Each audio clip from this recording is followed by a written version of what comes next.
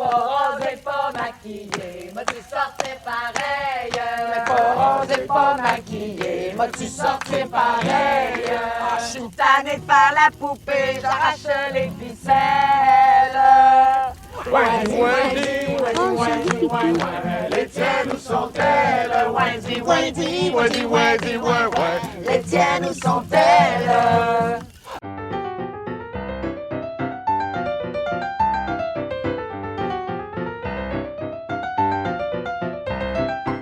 Hello and welcome to Comic Book Movie Oblivion, the podcast about feature films based on comic books and comic strips that people have stopped talking about. We are your hosts, Jordan and Kumar, that's me. And me. And this week we are talking about Paul à Québec, or Paul in Quebec, or the Song of Roland.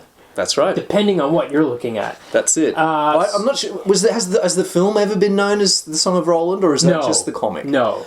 So the comic and the movie are called Paul à Québec the comic and the movie both have that same title. Yes. In French. In French. When the book was translated into English, it was released as The Song of Roland. Yes, which is a sort of funny reference to The Matter of France. It's an early kind of... It's a poem. Yes. Right? It's the oldest... Patriotic French poem. It's the oldest the oldest and longest French language work of literature. Right. I think it's a clever title. Yes, it's very clever. And the English title of the movie is Paul in Quebec, I think.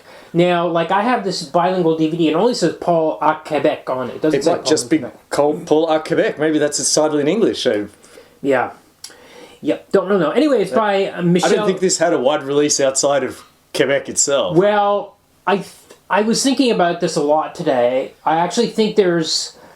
they have although the Quebec art scene seems like a silo, because the population of Quebec as a province is 10 million? No. No, less than that. Is it? No, maybe it is 10 million. No, I didn't look this up. But I do know that... But they do have a secondary market of France, 70 million, and Belgium, another 10 million. Yes, this is true. I did see that when I was boning up on Quebec today and Quebec popular culture, Quebecois popular culture, and yes, the French-Canadian popular culture is present in France and Belgium, where there are francophone speakers. There are people that appreciate French-Canadian culture, like Celine Dion, for example. Right.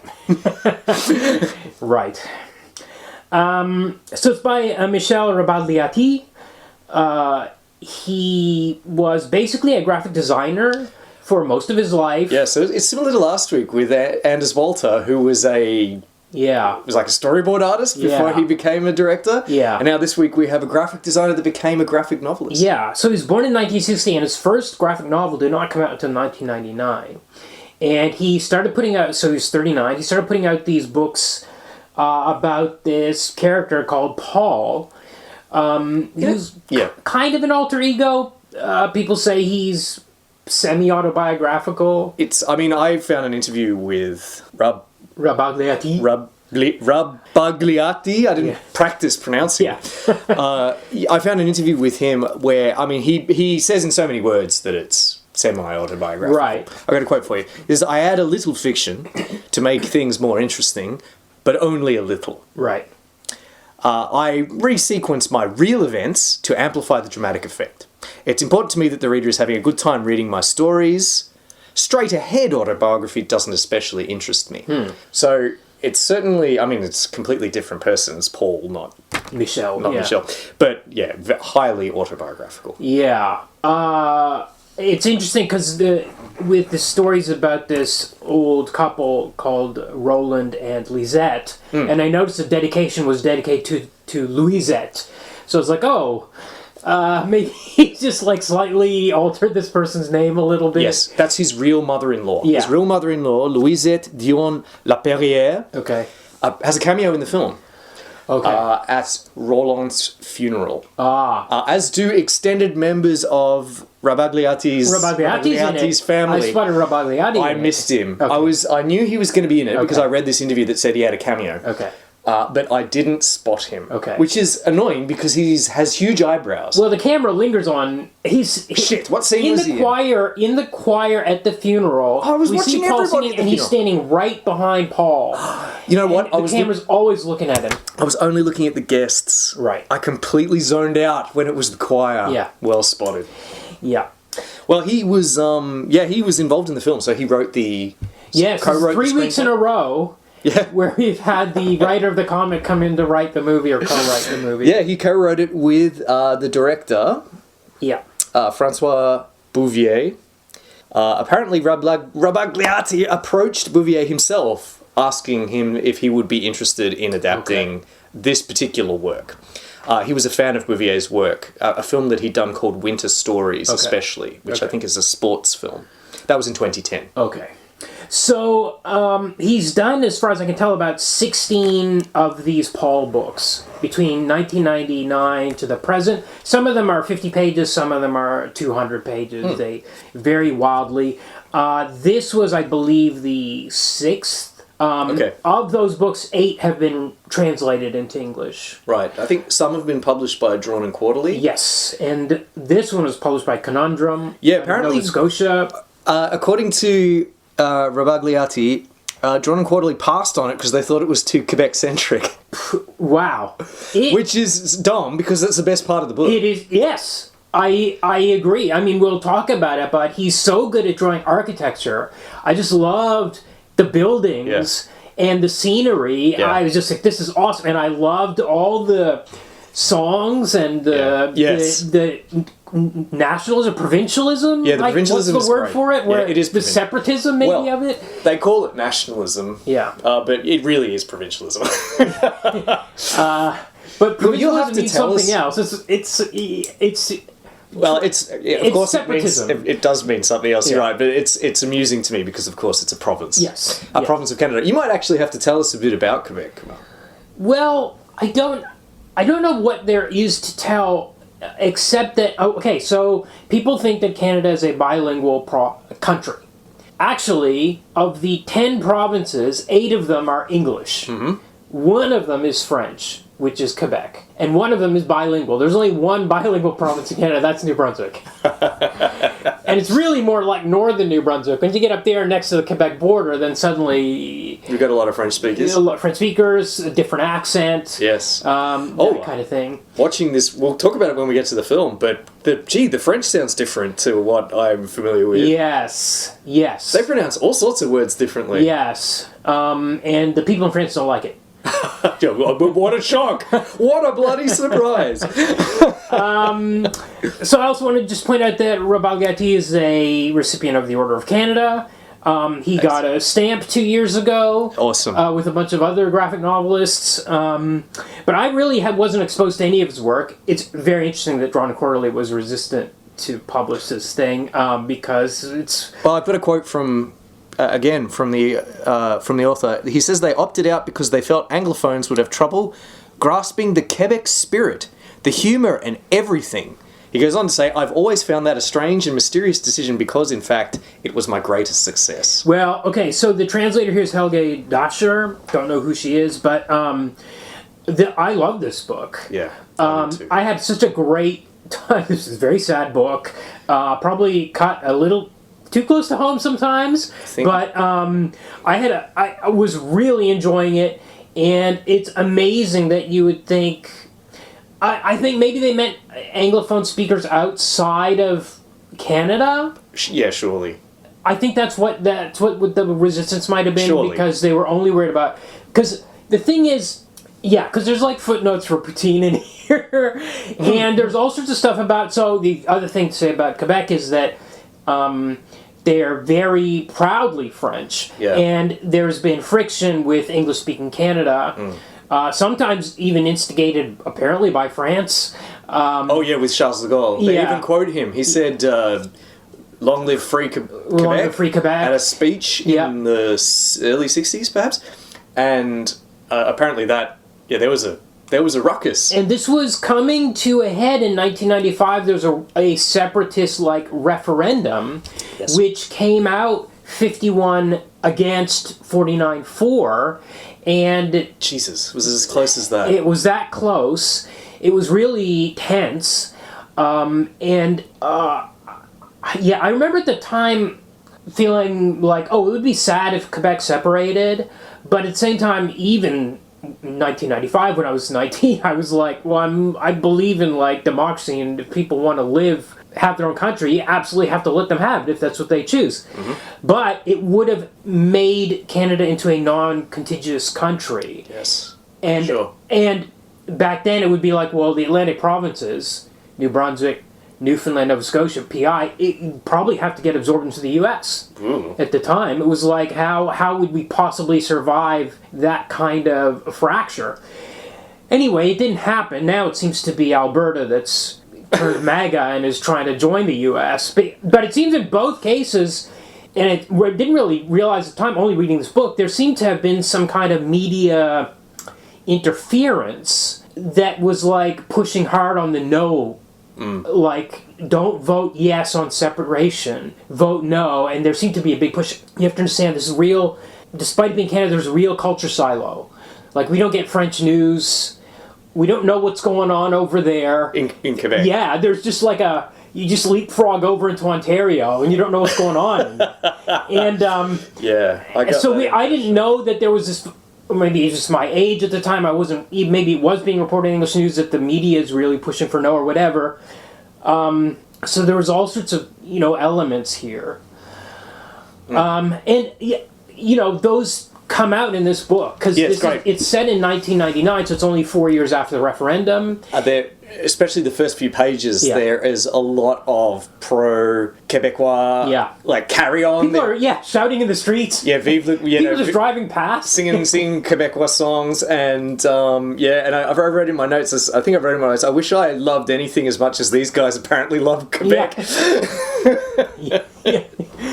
Yeah, absolutely. Yeah, it's great. I also really love this book. Yeah.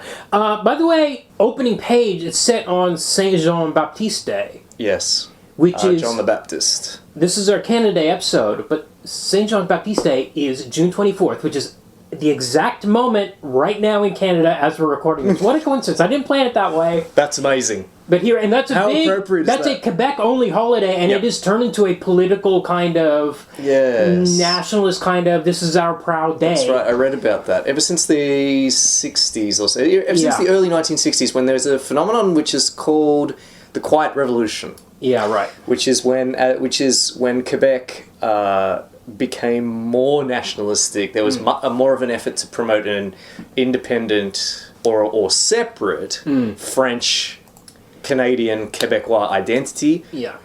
Greater secularization of society and democratization by and the development of the welfare state. So moving away from the church. Yeah.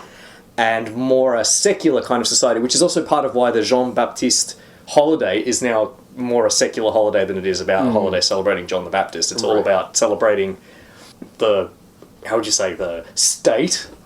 Yes. What we in Australia would call a state. Yeah. The state of Quebec. Yeah.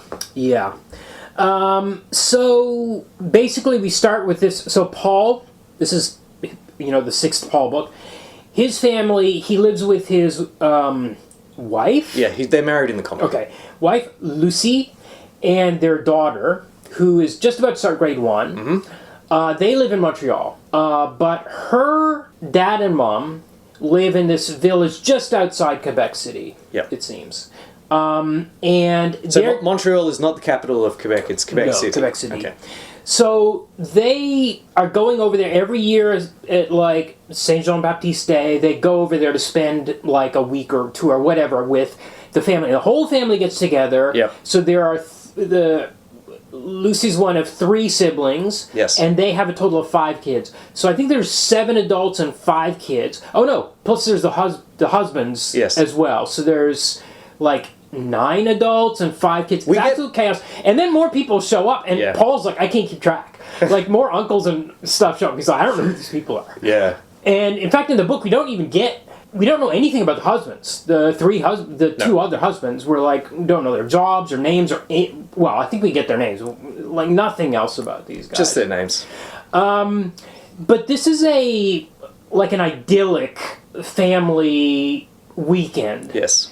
In the sense of there's no conflict, there's no bad blood, there's no dread about, oh no, dinner's coming up and dad's going to talk politics. Actually, everybody's on the same page about separation, it seems like. Well, they're not quite, but it's not enough to... It's not a source of tension. Exactly. You know, everyone's shouting about independent Quebec, and the dad, Roland, the patriarch of the family, he's actually a proud Canadian. And he grumbles, we're Canadians first and Quebecois second. Yeah.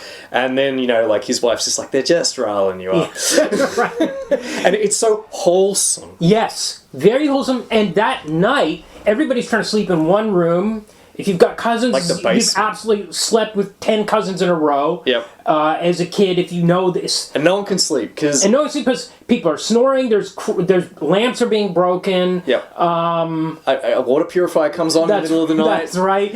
They've got because Roland likes gadgets, so he's bought this water purifier. It's all this kind of chaos, but it's the kind of chaos that you've got stories about. You've got memories that you'll be talking about. It's more hijinks. Exactly. It's so charming. Yeah, there's nothing bad-natured about it. People are like, I slept terribly. In fact, it becomes a chance to bond over trading drugs. Yeah. Like sleep meds. 3 different kinds of sleep medicine, pinks, whites, and blues. Yes. And she's describing the effect they all have, and some of the siblings go, I'll have a pink, I'll have a white, blue for me. They get up in the morning, you know, they're chugging coffee and complaining about how badly some of them slept, but it's all just so good-natured. Yeah. And just like the stuff memories are made of, not exactly. This isn't like one of those films, one of those American films where everyone's at one another's throats. Exactly. During the holiday season. Exactly. It's not like that at all. The next morning, they're like, let's all go for a walk. I think like 10 of them go for a walk together. This is when we get to see the amazing architecture, the way he's drawn it. You really get a sense of these buildings. Yep. And this amazing modernist church. That they go and look down at the graveyard, which is foreshadowing if you read the book more than once. Mm-hmm. Then they also go to visit some other uncles or something somewhere, and they hear the story about how Lucy's grandfather once captured a raccoon. Yeah. Brought it home That sequence in is a so cage funny. and just walked up and shot it with a shotgun in front of the kids. children. Yeah, and they all freak out. He goes and brings this cage, and it's drawn in a kind of cutesy style because Lucille is telling a story of when she was a kid. The kids are gambling around. They've gone to their uncle's house. He lived on a farm way out in like the sticks in wherever. He rolls up with his shotgun. He goes, I finally caught this guy. And they're like, what are you going to do with him, Grandpa? And he goes, well, first I'm going to shoot him. Yeah. And then they all run off screaming. Yeah. It's so nonchalant. It's such a funny bit. We haven't really talked about the art style, which is, I guess it's what Scott McCloud calls masking, which is like realistic backgrounds with very cartoony characters. Yes. Now, according to Scott McCloud, this means that you can project yourselves onto the characters. It's easier to connect with them. Sure. I don't know if I necessarily believe that, but it's the Tintin that's style, exactly the ligne claire, it. which we call the clean line style. That's very much his influences. So when he was growing up, he's not reading it because he's in Quebec. Yeah. After the Quiet Revolution. Yeah. So he's not reading any American comics. Yeah, Those are not being sold or distributed in Quebec. It's Franco-Belgian stuff, bande dessinée. Right. So he's just reading Tintin and things like that. It's not until he is well into his career as a graphic designer, he ends up, believe it or not, being hired to create a logo for Drawn and Quarterly. Oh. And it's at that point that after his career as a graphic designer, like he loved comics as a kid and had tried to draw them and hadn't really got anywhere. Yeah. Then when he does this work for Drawn and Quarterly, he's reading the stuff, and this is when he's exposed to Anglophone comics like Chester Brown. We've mentioned Chester Brown 2 weeks ago. People like that, so... You know, people drawing comics for adults. So he thought, I'm going to try again. And now he's probably the most successful French language cartoonist in Canada. Yes. But we'll talk about Réal Godbout, because he shows up in this movie. Oh, really? Yeah. Later we'll talk about it. I don't know who the most successful French... Oh, actually, Julie Doucet is another big one. But anyway... that night when things are getting... I think it's that night... Paul happens to see Roland with his shirt off or partially undone, and he's got this weird marking on his belly. Yeah. And he assumes it's like some weird tattoo or something. He's not sure what to make of it. Paul is a little bit, something that's like a passive observer of things. Yes. He doesn't like bring it up. Did you see your dad's weird tattoo or anything? He's just like, that's a weird thing, and just sets it aside. We know because he thinks it, but he doesn't feel compelled. I guess because we've been told about it through his internal monologue. We don't have to bring that up again. Yeah. Yeah. Okay, so when we go, after this is all done, we go back to the city. Everybody goes back home. Paul and Lucy are looking to buy a new house. So this is kind of a largest subplot where they're looking, and they see all these houses and none of them are quite right. So this is cool. I mean, this sequence is good. I was confused when we got to the, I was invested. Yeah. Totally invested in the as they go from house to house, too drafty. Too noisy. One's got like some construction. Too weird. Yeah.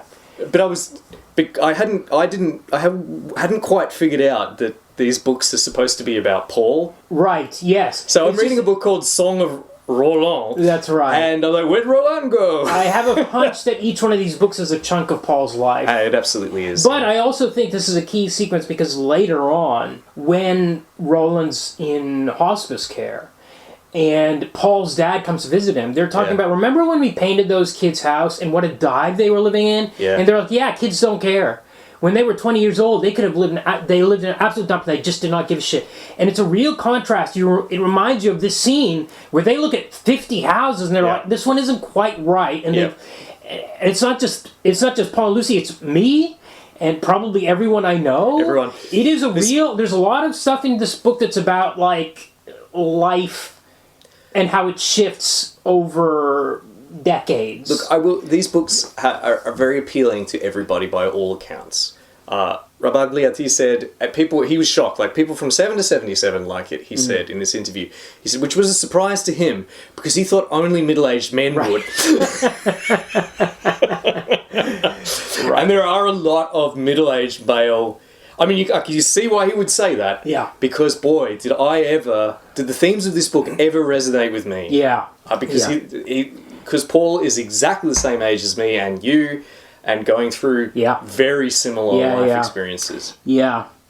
So now, during all this house hunting stuff, Lucy gets a call from one of her sisters saying that Dad had prostate cancer and had been keeping a secret. Yes. And then Paul finally clicks about what the tattoo was. Yep, it was the markings for the radiography, or radiology, rather. And then, they...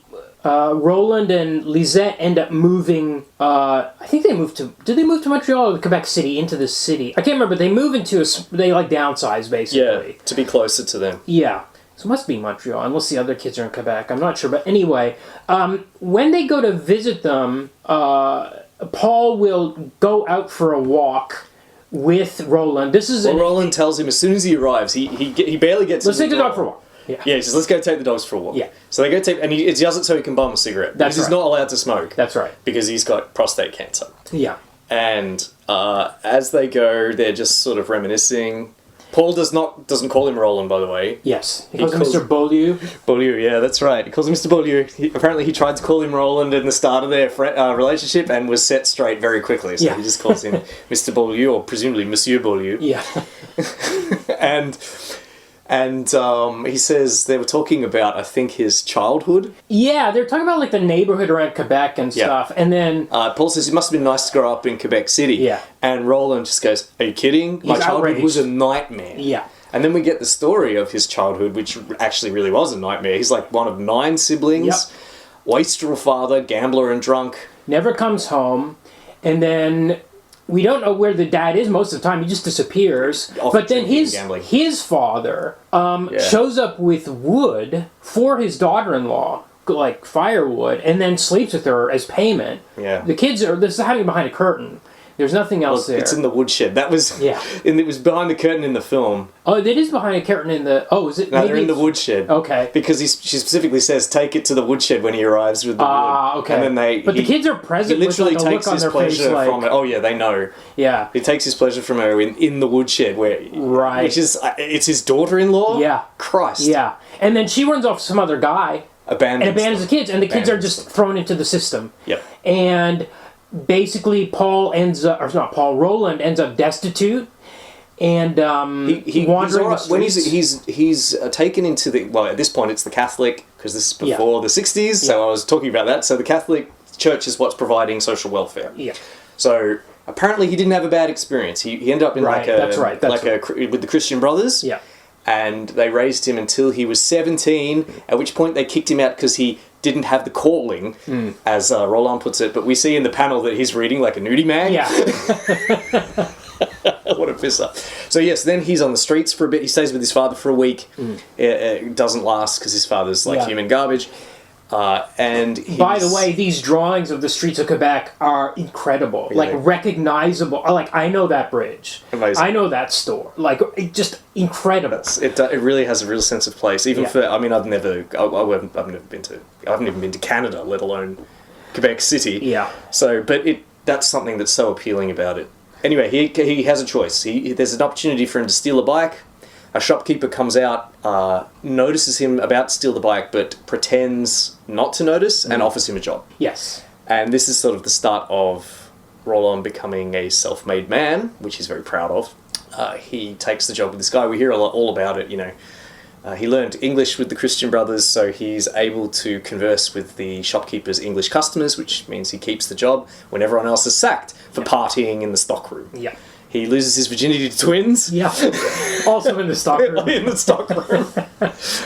And he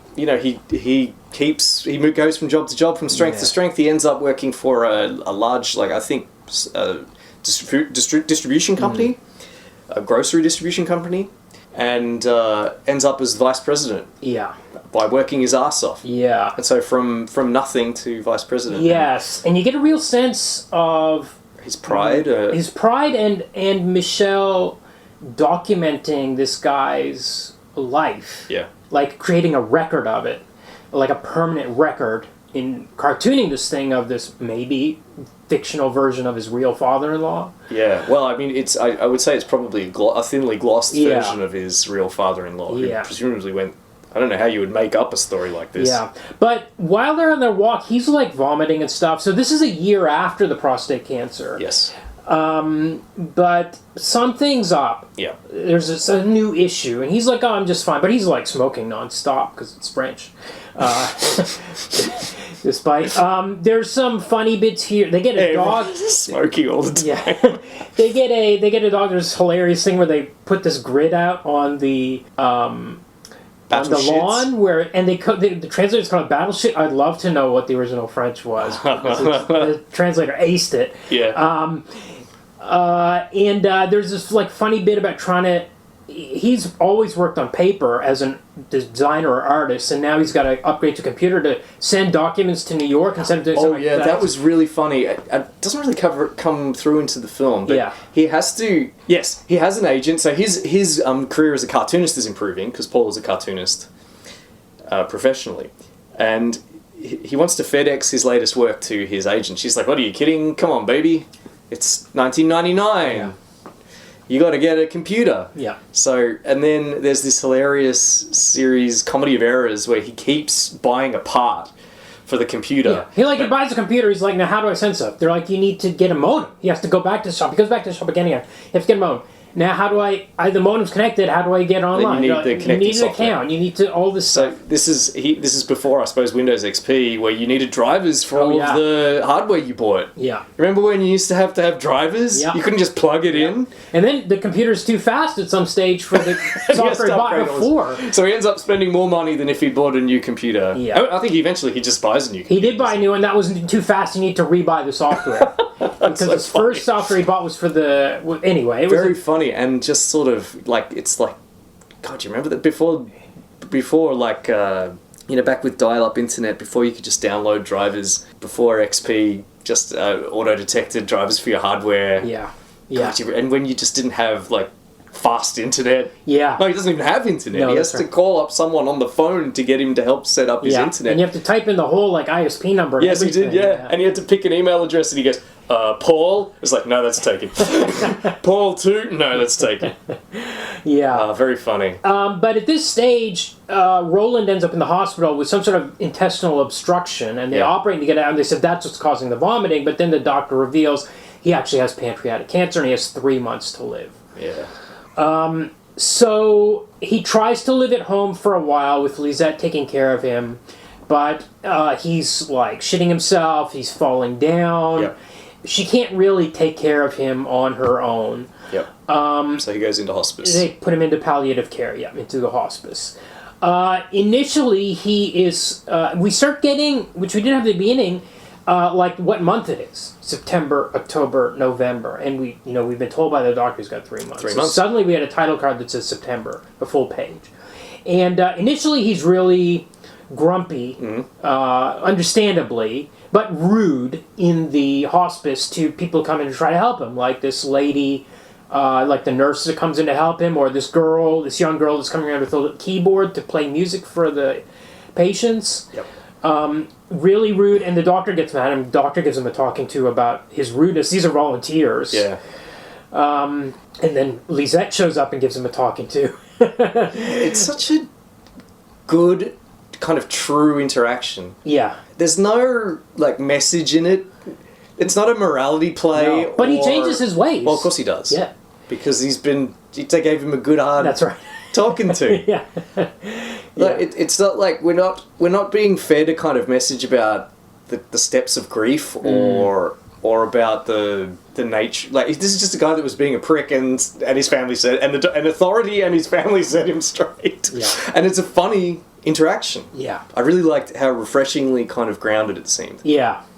Yeah. So he becomes nicer to the staff. Yeah. And life becomes kind of normal. They take on a sort of routine. Like they'll come over and play cards, which is what they did when they would visit on Jean-Baptiste Day. Every year they would always play these card games. So they play Scrabble. They play Scrabble. They go for a walk. He has his cigarettes. He's losing weight, but there's kind of normal. They have to push him around in a wheelchair, but otherwise, and he's kind of making friends with the other patients there. There is a scene here which is really one page in particular which I thought was incredible, where Paul says in narration, life became a routine for him, and says the hours, the days, the weeks passed by, and we've got 6 panels on the page, and the 3 panels down the left side are of Paul's life. Paul is raking the leaves. He's doing something on his computer. He's helping the daughter with her homework. On the right side, we got 3 panels going down of Roland in the hospice, and then a orderly is pushing him in his wheelchair to take his bath, and then the last panel is him taking his bath. Now, we've been told that this is a routine, but we've seen a passage of time of weeks on Paul's side, and being pushed into the bath and having the bath that's not the same incident. This is like maybe 2 or 3 weeks apart. It's a really incredible page design. I've never seen anything like it, where the same amount of time is passing on both halves of the page, but actually it looks like it's a day for one. It's a day for one and like weeks for the other. Yes, it's very clever. Really, really interesting. At this stage, so I think he takes a turn for the worse. He does, but this another scene I love here, which I kind of mentioned earlier, is when Paul's dad shows up at the hospice to visit him, and he hasn't seen this guy in 17 years. Yeah. And apparently he starts coming every day and hanging out with this guy, just chatting for hours with him out there. This guy he hasn't seen in ages. Gives him a shave. Yeah. Yeah, shave. This is a character. So for us, this is our. Have you read any other Paul? No. So the father is a character in all of them. Okay. Right. Because the various books, the Paul books, are all set at different stages of Paul's life, including when he was a child. There's one called Paul Joins the Scouts. Okay. And the father's a constant present. reference. Oh, okay. So people who are followers of Rabagliati's work will recognise the father. Well, this is interesting too, because this book came out in 2009. The first book came out in 1999, but this is set in 1999. I was like, is this Batman time? Like, are they all... Well, as I mentioned before, he bounces around. Okay. Yeah, he says, I resequence real events to amplify dramatic effect. Got it, okay. Although I think his more recent ones have featured an older Paul. Yes, But right. in the interview which I read, which admittedly was 10 years ago, he mentioned that he was planning to move on from writing about Paul.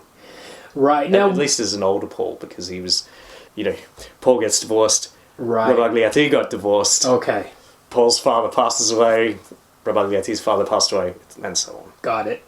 So one day when Paul and Lucy show up at the hospice, there's a candle lit at the front with somebody's name card there. Mm-hmm. And this is their ritual for... So they notify visitors and residents that someone has passed. Yeah. Which happens constantly because it's a palliative care. Yeah, I mean, this was a moment for me that was like, kind of hit, because I was, when I was visiting my brother all the time, I was like, why are they all standing in a circle in the hall and saying something? They have rituals. Every hospice has some sort of rituals when somebody goes.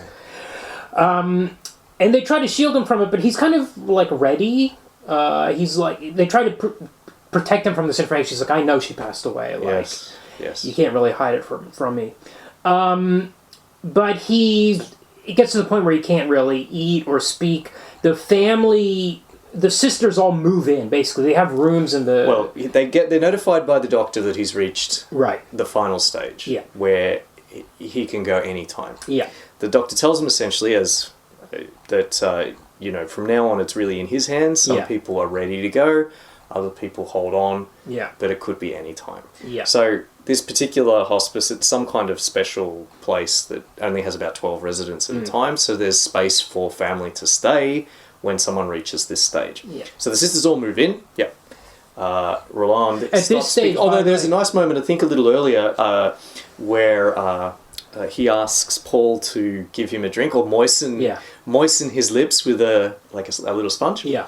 And he goes, "Oh, this will be nice, Mr. Beaulieu." And he says, "Call me Roland." Yes. Yes. By the way, now the countdowns have gone to days. So we've gone from September to November to Wednesday, Thursday, Friday. That's good. Seamless. Yeah. Interesting page, too, where the eldest sister, Suzanne, who's a nurse, shows them how to roll a patient over. And we get an overhead shot, it's very diagrammatic and instructional. That's exactly what it's like. Interesting that he put that in there. There's a day when just all these randos come in to visit, people they've known over the years, and they haven't seen him because he was portly. Yeah. And now they haven't, and of course now he's skin and bones. And there's a funny series of panels where we have all of the old fogies walking in, and they're like their wigs flying off their head with shock, or what have you, as they see how rough he looks now. Yeah, I experienced this too with my brother. Like, my mom would text him and say, "Hey, this person wants to visit you." He's like, "Who's that? I don't want to see that rando." And these people had no business being in there. They were just like, and Michelle's really good about delineating that this isn't a person who's going to recover. You don't come in and say, "Get well soon." Yeah. They said it's highly awkward. They don't know what to say. Yeah. This is. We even get a panel of a person, of a hospital room with a person with their leg in traction. Yeah. Right. And the people are saying, you'll be back in your feet in no time, and we'll be winning the cup next year, because I think it was an ice hockey accident. And then he has a counterpoint panel to revisit a term we used for Watchmen of someone dying, and then the people just having no clue. Nice big room you've got here, Roland. Clean as a whistle. Yeah, spotless. Man's dying. So true. These sisters go outside and smoke some pot in a hilarious scene, talk about their shits. Yep. And it's great. Funny. they're laughing, they're really high. And that night when Lucy goes to sleep high, buzzing from this weed that she just smoked, there's a dream, which initially seems like her dream, where she wakes up in a field, but then she sees her father, and she runs and, they play a little bit, then she runs off into the woods, and then a big, scary kaiju shows up. The cancer kaiju giant. shows up, and It's the Titan. yeah, with a rifle, and is it the old Roland? This old man. It's not the granddad that actually shot the raccoon. I thought it was the granddad. Okay, but there's a raccoon hiding, and the raccoon speaks and says, "Put me to sleep," in this dream, and then Lucy wakes up in the room and she hears her dad saying, "I don't want to meet the Grim Reaper." Yeah, his dad's woken up and is calling out, "Put me to sleep. I don't want to meet him. I don't want to meet the Grim Reaper. Put me to sleep." So they dope him up real good. Yeah. In a great image. Yes. Very visually arresting image of flowers spreading through his body. Yeah, we get an injection, and it's like an X-ray, like a silhouette, like a white silhouette of his body, and all these like flowers and foliage blooming inside of him as they put this... It's just morphine or something, yeah, I'm sure. Yeah, painkiller in him.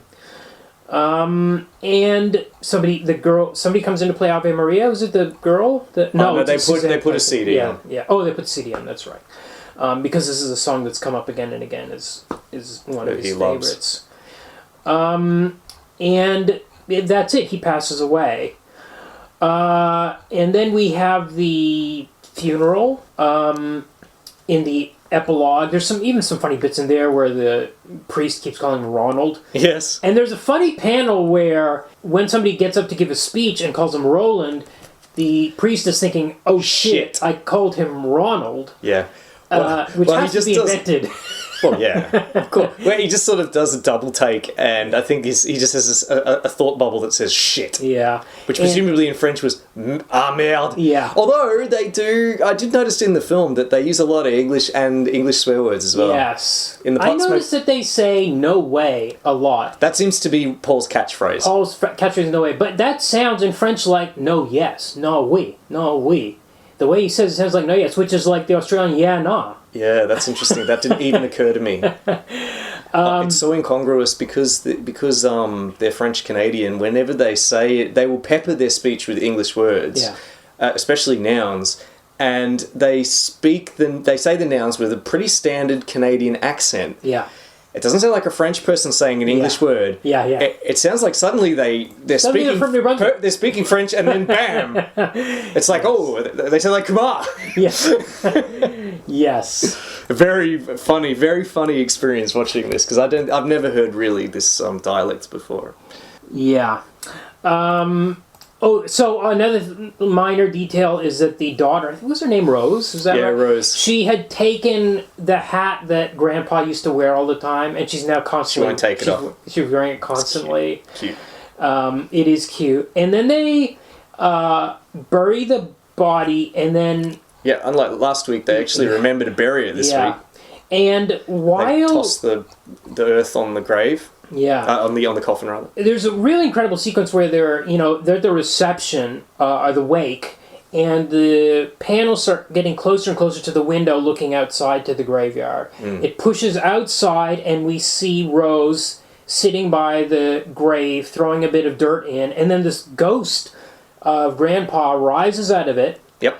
And they say a little goodbye, Grandpa. And he floats away. And then he floats up, and then we switch to full-page splashes, like 4 in a row. Yeah. Crane each shots. one is crane shots getting further and further away as he ascends up in the sky. It's really pretty incredible. It's like the first page of Watchmen. Yes. Yes. In reverse, but full pages, it really is striking. It's great. And it's very because you're not just absorbing it in one, like in Watchmen. It's like every page turn you're getting further and further. It's really dramatic cool. effect. It is cool. And it's over that modernist church again that they were visiting at the very beginning. And that's about it. So we can shift into the movie. Yeah, let's talk about the film. It came out in 2015. Right. Directed by a French-Canadian director, François Bouvier. Yeah. As mentioned, he'd done a few films before this. And it begins with some animated kind of cartoony titles. Yes. Well, before we that, have a we scene get a little first. scene, which is, we don't know at the time, is Roland in the hospice playing Scrabble. with Paul. With Paul, and Paul is doing little sketches. There's an odd subplot. And he's talking about his car. Yeah. Yeah. The car he had in the 50s or whatever. And Paul draws kind of like a Jetsons car. Yeah. But with wheels. Yeah. Like a bubble car. Yeah. And then our titles begin. Yeah. And titles are kind of cool. Yeah. But they don't really look a whole lot like Rabagliati's art. They've tried. I think the ending animated sequence looks like his art. Yes, that one definitely does. Yeah. This one, it was a bit more cutesy. That's why I mentioned the Jetsons, because the trees are kind of bopping. Oh, yeah, and they're driving around in a Jetsons bubble car, like a dome car. Yeah, in it. It was a bit strange, although I liked the way it looked. Yes. So when we start the film proper, Paul works in a print shop. His dad works there too. Yeah. So Paul here is not a cartoonist, a professional cartoonist. Instead, there's a kind of a subplot about him being a kind of... an aspiring cartoonist. Or a frustrated artist. He's just sketching constantly, yeah, and sometimes he's doing it secretly at work when he shouldn't be. He's like doodling in his notebook. Which is, I think, honestly, that's a bit odd. Because remember, this film is not called The Song of Roland. This film is called Paul à Québec. So this film, yeah, I mean... it's about Roland's experience, but remember, Paul is like the main character. Yeah. And it's strange that we have, and people presumably are familiar. I mean, people going and seeing this film probably know about the comic. Yeah. Hard to say. So Paul is slightly different from the Paul of the comic. Yes, they've given. You're right. It's not. It is called Paul à Québec, and they've tried to give Paul an arc. Yes. His aspiration and then achieving yes, the inspiration to create his graphic He becomes, novel. like, spoilers, he becomes a cartoonist by the end of the book. Yeah. And it almost seems like it's Roland's death that's inspired him to become a cartoonist. Yeah. Which, we're jumping to the end. This is kind of... that's all right. What I'd say for summing up. But that kind of doesn't feel much like the kind of story... do we really get a sense he's a cartoonist in the comic? Or is he just some sort of... is he a designer? Very... illustrator, because he has an agent. She's like, the agent's like, New York wants that illustration. I don't think they're asking for comics. Might be the translation. I don't know, but I wasn't sure. We never see him drawing panels of stuff. Whether or not he's a graphic designer, an illustrator, or a cartoonist, what he's not is someone that works in a print shop. Right. That's right. That's true. That's 100% true. I guess it's... and that causes problems for Let's jump around. Yeah. When we get to the computer sequence. And he has frustration about this. It's his wife that needs it. His wife needs, and also he also seems to be trying to source it through the print shop. I'm like, why is the print shop paying for this? You shouldn't care if it costs $300 for Eudora Internet or whatever. You're not paying for it. So I wasn't sure. It obscured the frustration about the computer stuff. But also, it's weird that the dad's here, because I was like, they're... Yes, we've got a new story for the dad as well. Preceding him meeting with Roland in the hospice, but that doesn't really happen. There's a subplot with the father that doesn't really pay off either, which is that the father is being replaced by... well, the father's worked at the print shop for 40 years. Yeah. This is like a small print shop. Yeah. Well, how does... it can't be that small, because they're printing Real Godbout's Red Ketchup series, right. which I will talk about later. It has to be pretty major. Okay, so they're big enough, but it looks like it's in a basement. It does. Yeah, it does. It does look like a small outfit. But small I think the thing about... and look, they have a manual printer. Like, they've got, printing plates and things. But again, this is 1999. Yeah. So I believe that you can still be printing analog in 1999, big orders, right? They haven't really switched over to digital yet. Fine. And in fact, that's what happens. A salesman comes in. That's right. And he announces that they're going to get the new print master or something. Yeah. It's like French, print master, French. Yeah. And then we can see that this is unsettling the old greys, including Paul's father. But this plot goes nowhere. Look, I know why this is in here, because we have the constant theme of times change in the comic. There's an amazing sequence where Lucy talks about where they used to live when she was a kid. Yes. And they were looking across at this highway. Oh, yes. Just covered in houses, and then she's like, it wasn't like this 30 years ago. And then we get the same shot overhead, but we see clear fields and like 4 houses. You could CGI it, I guess, in a movie, but you can't put that. So you need to substitute in something. And here we get this print shop, which is falling behind the times, and the old guys are getting fired because they only know the old things and they can't get with the times. And even Paul in the comic and somewhat in the movie can't figure out this new computer stuff. Yes, I can. So that makes sense. But whether it works or not, I don't know. But I think that's why it's in there.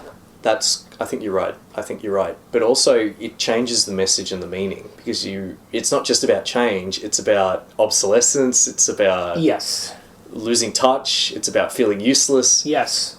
These themes I don't think are really present in the comic. Okay, that's fair. But fine. I mean, why shouldn't they be present in the movie? They just don't really do much with it. Right. The father's only in about 4 scenes. That's right. And the thing that bothered me about Father being here at the print shop was that I thought they're setting it up because in the comic you can introduce a character, and especially the way this is just like a chunk of Paul's life, you can introduce someone halfway through and it'd be like, fine, okay, catch us up, no problem. Yeah, you can have a caption. You can flip back, have a caption, do whatever, figure out who this person is. Right, yeah. Here it's like, okay, great, they're going to introduce this guy so that when he shows up to be a friend to Roland halfway through the movie, we'll know who he is. But that doesn't happen. No, it doesn't. So it was like, well, did we need that? We so never I think he's really just learn anything about and his subplot about being sacked and being bored doesn't really pay off with him making friends with Roland. Yeah. Because it's not the father's new career is not to volunteer in hospices. He really only does it for Roland. And then Roland dies in a week. Yeah. So what's the point? Yeah. I was a bit confused. Yeah. We also see that Paul is part of a choir, which is not something that's in the comic. That's so we can have not in this comic. That's so we can have diegetic music. It could be that, yes. It might, but I was also like second guessing myself, like maybe it's in another Paul book. Oh yeah, maybe. But I will say something I don't really often notice, but the sound design is excellent because we have the choir singing, and then he shows up late and joins them, and it's really mixed in really well. Like we can hear his voice. part. Yeah, and there's another scene later on when we get Roland's flashback where the cruel father breaks a record, puts on a record, and we're hearing that. We cut back to the present, and there's no volume change or fade out or anything. We just hear the music and cut back to the past, and it's still going, and it's really You're right. Smoothly done, cleverly done. Good sound design. Yeah. There's a lot of Tintin reading at home. Yep. Yeah. It's Mysterious Island, I think, is the one with the giant mushrooms. Yeah. Now they drive out for Jean-Baptiste's day. It's great. I love this whole sequence. Yeah, a chaotic scene where they're getting honked at by a car that's tailgating them, and that car pulls ahead, and it's like the other sister. And then the other one pulls up on the other side, and then they're driving down the 3-lane highway. Together in like a convoy, all waving and screaming at one another and waving through the open windows. Yeah, it's great. Everything about really the first 20 minutes of this film I really like actually. Well, especially these bits at Jean-Baptiste's day. Yes. Yeah. So everything plays out pretty much the same at the house, except we've just kind of massaged things so they all fit together. This is it's actually their wedding anniversary. And of Roland and Lisette. Is it? Yeah. Or is it? It's definitely their wedding anniversary. Yeah. I believe I'm almost 100% sure. It's not someone's birthday. No. It's not the grandpa's birthday. No. In fact, they're like, you made Lisette bake a cake for her own party. Look, it must be that. So that must fall on. And then they're like, kiss, kiss, kiss, kiss, and then they make them kiss and stuff. We get the card games. We get the little bit about how he doesn't like being called Roland by. They lay it on a bit thick, but you have to do that. It's a film. Yeah. So it's funny because he's in his cups. Paul's in his cups. They're playing this card game where everyone gets really rowdy, and it's called Buy-In or. It's Buy-In in the comic and the different translation. Buy It, or something like that. Yeah. And he's a little drunk and calls his father-in-law Roland by accident, and everyone goes silent and stares at him, and Roland just like stares daggers at him. There's also good little sequence, tiny bit of friction added in the movie, which isn't in the comic, which is that Paul and Lucy are not married, and Roland's kind of wishing they would be. Yeah, another weird thing. Well, I don't know if it's so weird. I think it's really they're trying to tie this thing with a bow, right? I've got it in under weird changes. I've got a subheading. I think it's quite obvious if you know what the movie's about beforehand, or if you already know this is about this guy getting cancer. It's obvious he wants him to be. And in the movie, he knows he's got. They all know he's got cancer. This is a big change. This is a good change because it truncates. They already know about the prostate cancer. This series it truncates the sequence of events that occur in the comic. In the comic, we have time for him to have had prostate cancer and them not know about it, and for them to discover that he has pancreatic cancer, and for him to go into hospital after his surgery. Here, what they do is they have him know that he's had it all along, so we just get the one reveal, not two. Yeah. We don't find out he has both. Yes, that's right. And the reveal is the pancreatic cancer later. Yeah. But I think they basically, we know this guy wants them to get married before he dies. I think somewhat is part of it. But there's a funny thing where he's got these, like, all the family photos all over the wall, and he's got one frame that's got 3 spots, and it's 2 of the couples are in there, and then there's just, like, empty space. Yeah. Paul's looking at the empty space. Yeah. I thought that's where the wedding photos really funny, where the wedding photos go. Yeah, that's fine, but I look, you're right. They've done it to give the film a little bit more structure. And also, right? You know, I will admit that maybe I'm a sap, but there's a scene near the end when, you know, they're visiting a hospice every day, and Rose buys a toy out of the vending machine, and it's a ring, and she says it's a stupid kid's toy, and she gives it to her father in disgust, and I didn't clock it. I didn't think about it. And then at the very end, Lucy finds the toy ring in his jacket pocket when she's doing laundry, and then hands it to him like, what's this? And he puts it on. Man, it hit me in the feels, as the kids say. Yeah, that was nice. And, you know, sure, why that was nice. You're right. It's almost worth it for that moment. But I mean, a film is stronger when it has a narrative, I suppose. And this kind of slice of life comic is mostly about learning who Roland is. Yeah. And his eventual passing. Yeah. With some vignettes about Paul's life kind of scattered through it. I guess if you're writing a film, you want it to have a little bit more of a... Because otherwise, what's the movie? If you don't have that wedding arc and the cartoonist arc, old man gets cancer, dies. The end. Yeah, I can see why... So to me, it feels bare bone structure to it. Anyway, yes, look, it's fine. Yeah, I understand exactly why they did it. Yeah, to give it structure, because it's a film, not a comic. But maybe if I hadn't read the comic first... Right. Yeah. Right. Oh, well, it's fine. Yeah.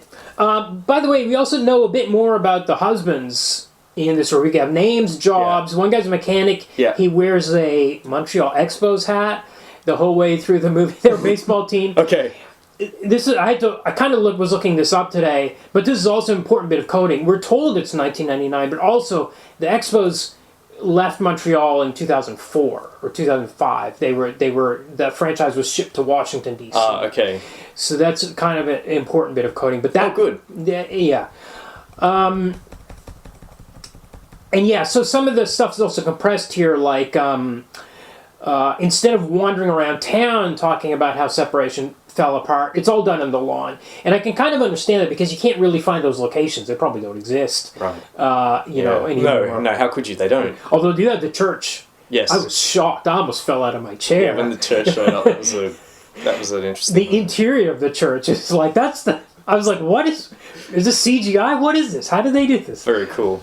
And like, it's the grandpa that's really generous with the kids. Instead, in the comic, it's the uncle that they go and visit the next day that gives them like $1,000, he says, or something. Yeah. But here he gives them like 15 grand. Yeah. Roland. And to the family. Yes. That's right. And his daughter is really suspicious. That's right. And Paul has discovered, or has been told by Roland, that he has pancreatic cancer. Yes. And he takes him for one of the poodle walks.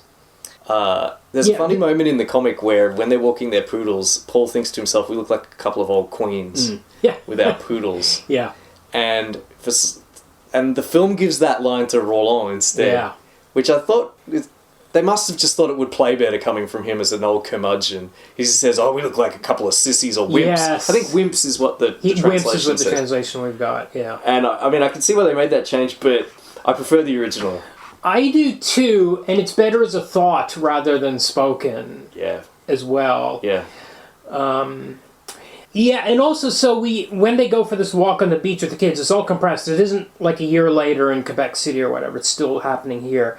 Roland's not... He's sad about the past. He's not angry the way he was in the comic. The comic is like, you think Quebec was good back then?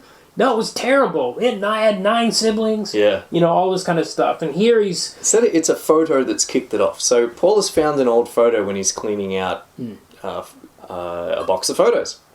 He was making where you find an old photo. Yeah. And, he's making a collage. Yeah. That's right. And stuck on the back of another photo is this photo of Roland as a boy and a man with his face scratched out.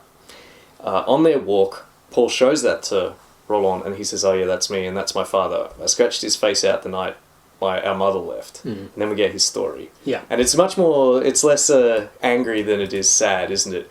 And then the final sad nail in the coffin is when he reveals that he has pancreatic cancer. Yes. So it's a much more melancholy scene than the one in the comic. Yes, and it's not as extreme in the sense that, like... We don't see the father-in-law raping her? Well, it's dad raping her instead of the father-in-law. Yeah. And he's...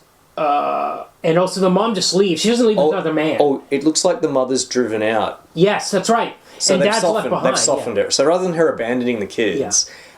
We see the father kind of almost like kicking her out. Yeah, or she leaves him anyway. She gets in cab and leaves. And the dad's left there with the kids. And we don't really get the whole thing about the kids being put on farms work and stuff like that. So that's partly, I think, contracting it. Yeah. But also, I think it's to give it a sad edge rather than a horrible, like the injustice and cruelty of his childhood. Yeah. Instead, I had a sad. Another interesting thing here is we have some old boying of it, where Paul appears in the flashbacks. Yeah, another odd choice. Day. I was okay with it. Okay. Yeah. Yeah, the old boying thing was a bit strange. Yeah. I must say, why do that? I don't know, but it's like the music carrying through. They're trying to create I don't know. We're definitely seeing Paul's empathy by him being present and witnessing these events. You're right. Yes. Yeah, he just sort of sits there looking kind of like drippy and sad. It just seemed a little... it's fine. There are other moments like that. They're not magical realist. Yeah. But we get kind of like animated sequences and things like that. They're sparse. They're few and far between, these kinds of moments. So it doesn't give... The film still has a very kind of realistic tone. Yes. It doesn't turn into something like, I kill giants. Right. But also it feels less relevant compared to something like Diary of a Teenage Girl, where those images were... Yeah. Coming alive. Yeah, and being reinforced by the fact that she drew and all this. Only Paul draws, and yet the...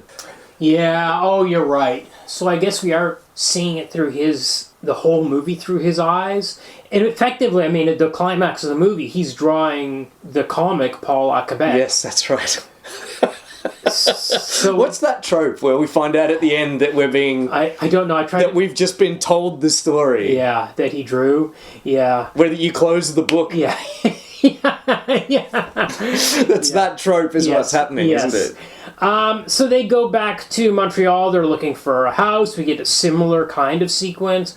There's not really a thing about him trying to get his house so he can put a studio in, because he's not working from home in this version. He's working in this print shop. So we have the additional print shop storyline happen. But his wife must be the breadwinner, because he's like he doesn't seem like skilled labor, does he? I don't know. Because he's just drawing all the fucking time. Yeah, but he's not supposed to be drawing. He's working in this print shop. Can't be working that hard. Yeah. So now Dad has been puking and falling down and stuff, and now we have the obstruction removed, and we find out about the pancreatic cancer, which Mom knew about. Yeah. But she hadn't told the daughters. Yeah, and Paul knew about, but he didn't tell his wife, girlfriend. Yes, that's right. Because he's just kind of he's very passive. Yeah, you're right. Yes. Yeah, we had a little bit of Lisette not being able to take care of him. Roland at home. He's stubborn about it. He doesn't want to go into hospital. Instead of asking for help, he tries to take his own meds. He drops glasses, shatters on the floor. He tries to take himself to the toilet, collapses, shits his pants, and busts his stitches. Yeah. And at that point, they say, well, he's got to go to hospital. Yeah. And he goes to hospital, but then he gets a place in this hospice. Yeah. That like a flash. Yeah. Kind of, a more upscale kind of place, although still apparently publicly funded. Yeah. Just with limited places. It's called Maison La Chaise or something like that. Right. I had to look it up. It means sort of like House of the Oak Grove. Okay. Which sounds quite nice and sepulchral. Actually, the views out there were really nice on the river. It was really... I don't know why I feel nostalgic about foliage. It's not like a thing I notice when I'm home. It's not like I was ever a tree. I can't name what type of tree something is, but... Subconsciously, probably. Subconsciously those kinds of views... I tell you, if you will permit a digression, earlier in the year when I went to the Philippines, everything's a different colour because it's tropical, right? And then when I arrived back in Australia and got off the plane, I was just suddenly, like, something inside me unclenched at the brown grass. Yeah. Yeah, maybe that was it. We do get the bit about the computer here. Another problem with computer sequence in the movie is that they're talking to one of the brother-in-laws for tech support. You need to do this and this. You need this kind of computer. This stuff. Whereas in the comic, he's going back to the Best Buy or whatever, and it's one of those... Rose as well. Is it Rose or is it... Someone at home is giving him advice as well. Yeah, people at home are giving them... But they're calling a brother and getting advice from him, and he sells them one of their own computers and saying all this. Whereas in the comic, it's one of those guys that you'd be annoyed to talk to that's working... It's like one of the geniuses from the Genius Bar. Yeah, exactly. That's like, oh, you need this kind of thing, dude, or this. And it's like a 19-year-old working there. So it kind of deflates what it felt like to buy a computer in 1999 and the frustration. It's not as good in the film. It's definitely not as good. Yeah. So it plays out similarly in the hospice, where initially he's really rude to the nurse and the girl playing the piano. By the way, there's a line in here which is not in the comic, or at least the translation, which was wild, where he says, "Go roll that piano into oncoming traffic." Wow. In the comic he just says something like, "Take that toy piano out of here" or something. Yeah. Roll it into oncoming traffic. Great. This actor playing Roland, by the way, is excellent. Yeah, he's great. He won an award for his performance. Right. But I will say in the comic you can say he's gone down from 100 to 60 kilos. You cannot do that. No, of course. I still think they do a pretty good job because they put makeup on him, and the actor can do it too. Yeah. And they've even put maybe contacts or something on him to yellow his eyes. Right. And I think they maybe stuffed his shirt in the early scenes so that he could... Right. So he could look a bit thinner in the later scenes. But I don't know if the actor just made his face go slack or something, but he really... It's a pretty good performance. Yeah. Pretty good.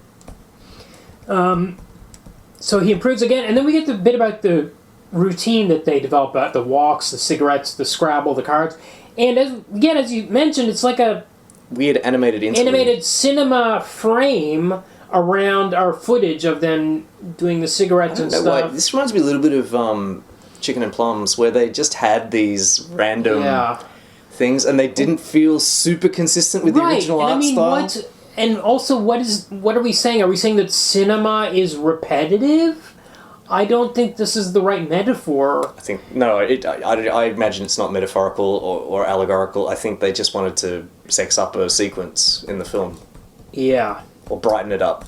Yeah. Okay, so meanwhile, at work, Réal Godbout, the cartoonist, has shown up to have his comic Red Ketchup printed at this basement print shop. So I'll talk a little bit about this guy, great. Godbout. None of his books have been translated into... I think one of them has. And he didn't write this series called Red Ketchup, but Red Ketchup is about this over-the-top American secret agent who is just constantly on drugs and booze to activate himself, and is just like super violent.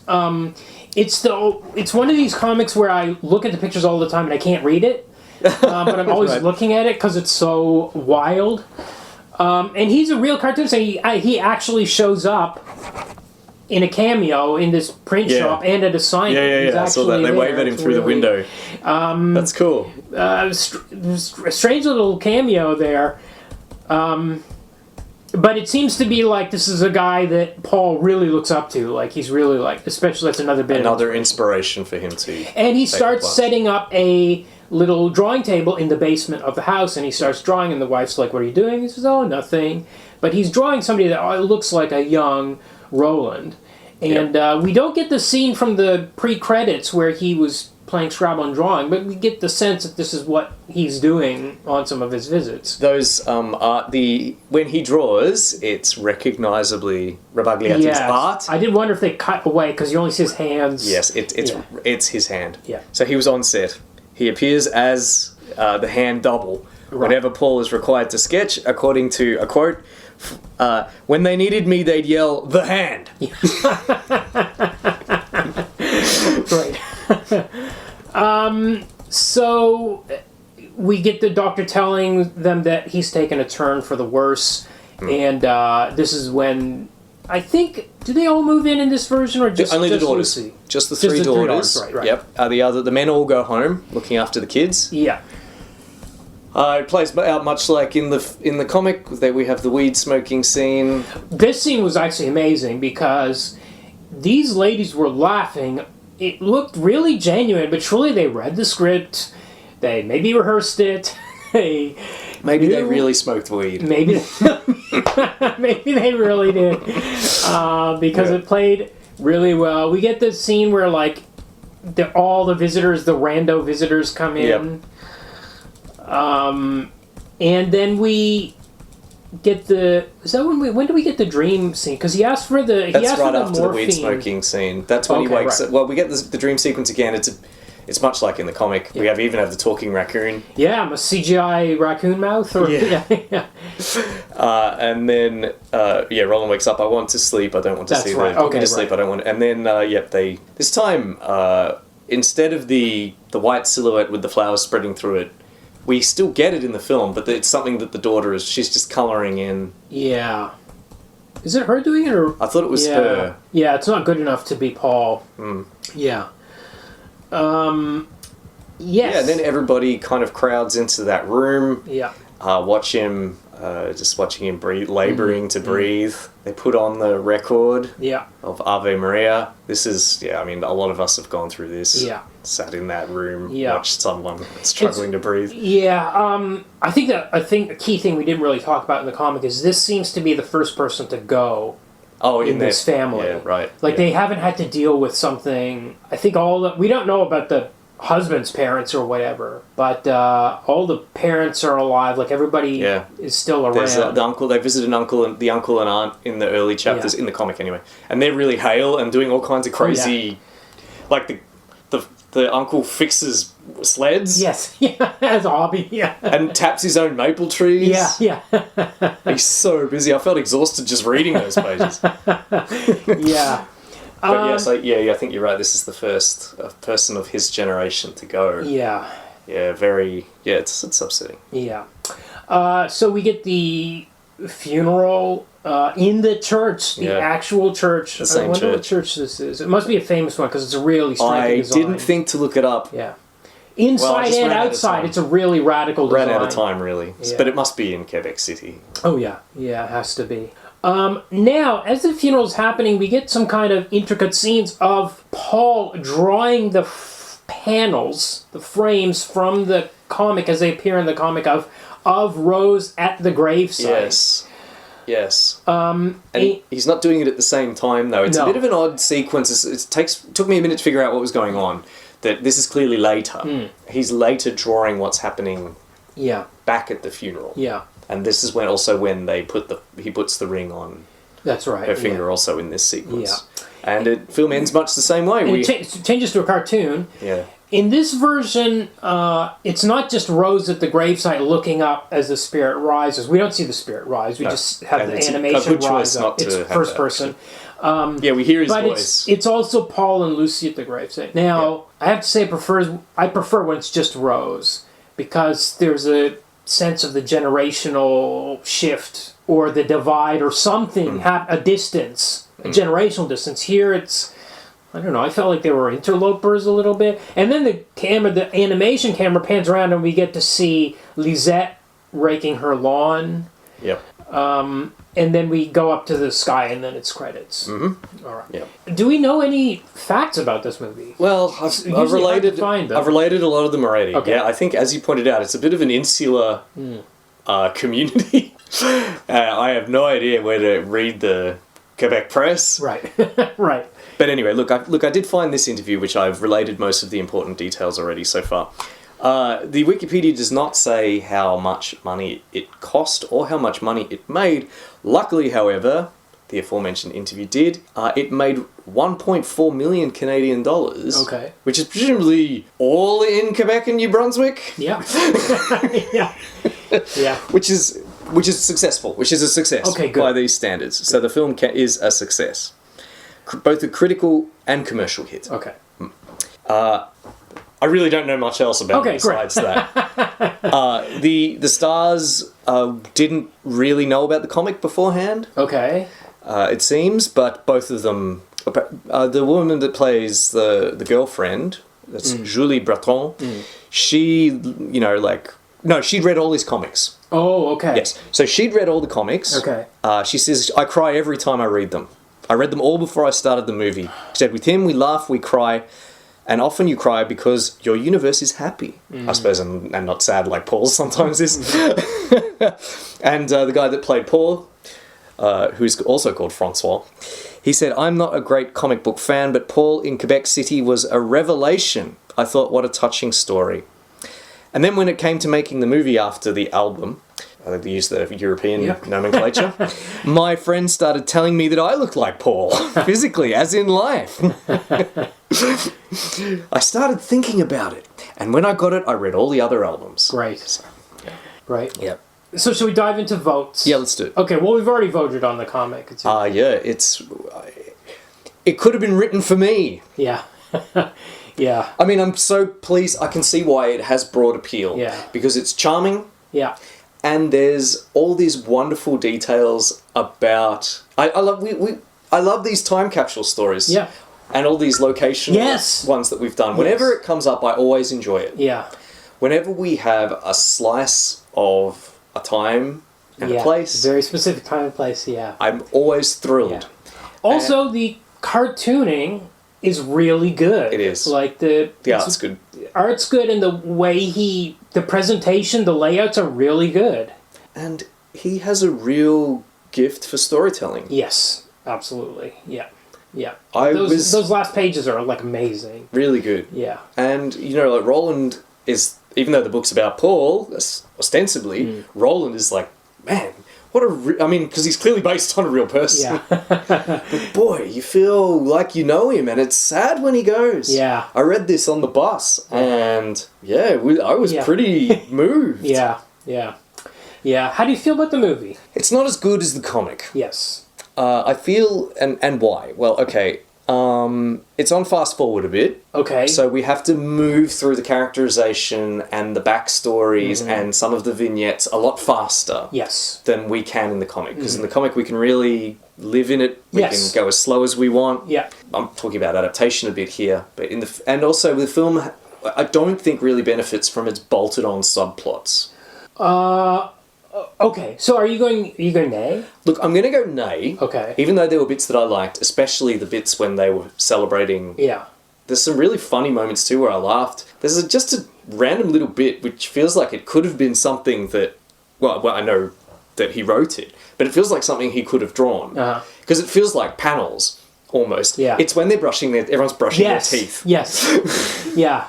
That's a kind of substitute for the chaos of the night, which we don't have. Yeah. Instead we get every single person brushing their teeth in the same bathroom. And they're in the mirror. It's from their point of view of them in the mirror. Yeah. So they're all like, some are flossing, some are gargling, some are brushing. There are twins who use the same toothbrush, which made me laugh out loud. Yeah. And as I was watching this, I was thinking, boy, I could just see this as a 9-panel grid. Yeah, absolutely.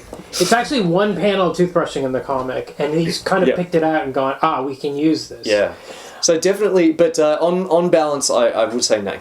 On balance, I'm going to say yay. Excellent.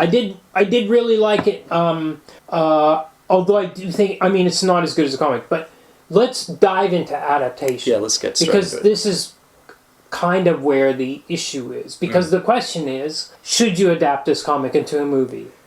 Because part of what we enjoy about it is the pacing of being able to introduce a character like Paul's father halfway through. You know, you can do that in that comic and not have to have an arc for Paul. Paul's just an observer and documenter of Roland's life. Yeah, it just feels so extraneous, the arc. I mean, he's just supposed to, in the comic, he's just a dude living his life. Right, but what I'm saying is, if you don't put an arc into the movie, this is not material that should be adapted into a movie in the first place. It's hard. I actually think this is a good adaptation. I think they made the right choices for making a movie of this material. You're trying to make a thing about 1999 and how times are changing, and you've got to have somebody have an arc.